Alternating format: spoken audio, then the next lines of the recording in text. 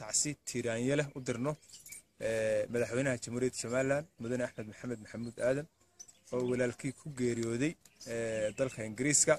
waxaanu leenahay mudane madaxweyne shacbiga reer Gabaley isku dhan xildhibaanada golaha deegaanka haweenweynaha marti sharaf muxuu dhamaan dadka reer Gabaley oo dhan waxay tacsi u dirayaan qoyskii iyo qaraabadii uu ka baxay oo ka yahay madaxweynaha dalkeena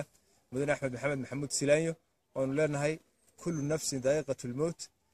inna lillahi wa inna ilayhi raaji'uun ma tadri nafsun bi ay ardi tamut kulli geeridu waa xaq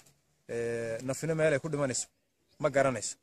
qof kastaana ama naf kasto dunida guudkeeda socotaana geerida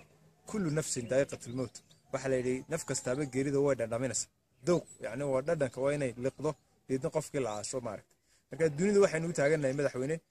waa in la dhinto oo la aaso kuwii naga horeeyeen way dhinteen kuwii naga dambeeyeen way dhiman doonaan inaguna dil baan ku wada qorana marka ilaahay sameeyay ma naga wada siiyo guud ahaan shacabka reer Somaliland qaar ahaan qoyska reer Axmed Maxamed Maxamuud Silaanyo madaxweynaha dalka ilaahay sameeyay ma ka siiyo bismillaahir rahmaanir rahiim waxaan halkan tacsi tiiraanya lagu dirayaa madaxweynaha jamhuuriyadda Somaliland mudane Axmed Maxamed Maxamuud Silaanyo iyo ehelkiisa waxaan leeyahay ilaahay sameeyay ma naga siiyo isagana naxariistii iyo jannatul firdaws Allah ka waraabiyo assalaamu alaykum wa rahmatullahi wa barakatuh bismillaahir rahmaanir rahiim waxaan halkan tacsi tiiraanya uga dirayaa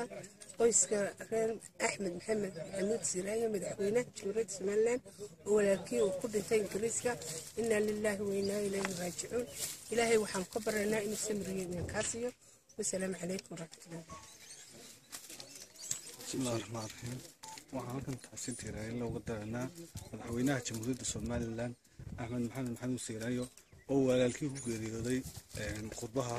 waxaan leenahay ilaahay sameeyay iimaan ka siiyo assalaamu alaykum wa rahmatullahi bismillaahir rahmaanir rahiim waxaan tacsi halkan uga diraynaa madaxweynaha jamhuuriyadda Somaliland oo walaalkii ku geeriyooday Ingiriiska waxaan leenahay sameeyay iimaan ilaahay naga siiyo assalaamu alaykum wa rahmatullahi bismillaahir rahmaanir rahiim halkan waxaan tacsi uga diraynaa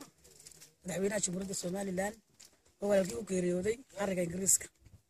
waxaan leenahay sameeyay Allah ka siiyo qoyskiisa iyo qaraabada iyo jamhuuriyadda Somaliland dhamaanteed Allah waxaan leenahay sameeyay Allah ka siiyo isagana naxariistii janna Allah ka waraabiyo inna lillahi wa inna ilayhi raaji'uun